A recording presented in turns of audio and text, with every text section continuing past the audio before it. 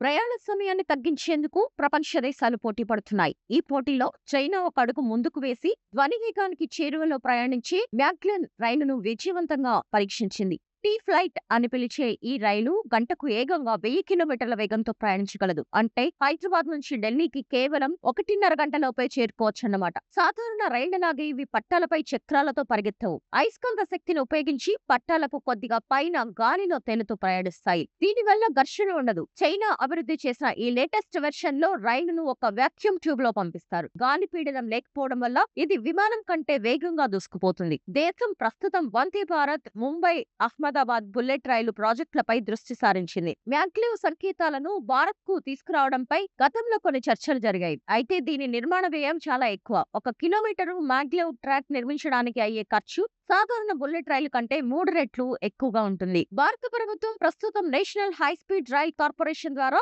స్వదేశీ high speed రైళ్లపై పరిశోధనలు చేస్తోంది. అలాగే అమెరికాకు చెందిన హైపర్ లూప్ సంస్థలతో కూడా చర్చలు జరిగాయి. కానీ చైనా టెక్నాలజీని నేరుగా భారత్ తీసుకునే అవకాశాలు తక్కువ.